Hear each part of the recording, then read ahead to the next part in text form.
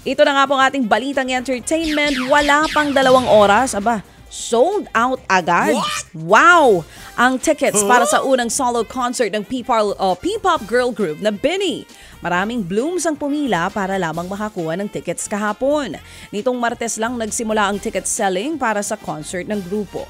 Gaganapin ang BINIverse concert sa New Frontier Theater on June 28. Nitong paraso lang ng ilabas ng grupo ang bagong album nilang Tala-Arawan kung saan kasamang viral na awitin nilang Pantropiko at Salamin-Salamin.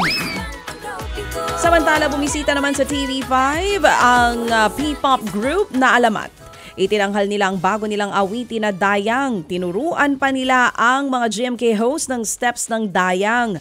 Kwento nga ng grupo, salitang tausug ang Dayang na ang ibig sabihin ay darling. Pati ang dance steps ng kanta gumamit ng Filipino martial arts. Nice one. Hindi raw nila makakalimutang ipakita ang kulturang Pinoy sa kanilang mga awitin at performances. Kamakailan lang din nang ilabas ang R&B at acoustic versions ng awiting Dayang. Hiwalay na po ang ESPA member na hiwalay na. O, kilala mo ba to? Hindi. Okay. Kala ko kilala mo. Hiwalay na nga mga kapatid. Ang ESPA member na si Karina at Korean actor na si Lee Jae-wook.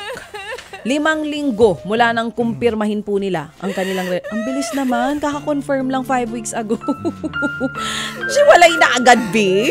Kinumpirma nga po ng kanilang agency ang hiwalayan ng dalawa. Si Jae-wook daw ang nagdesisyon. Ako yung lalaki, nag-decide na makipaghiwalay na at magfo-focus na lamang daw ang aktor sa mga projects niya ngayon. Matatanda ang humingi pa nga ng paumanhin sa fans si Karina noon dahil sa kanilang relasyon.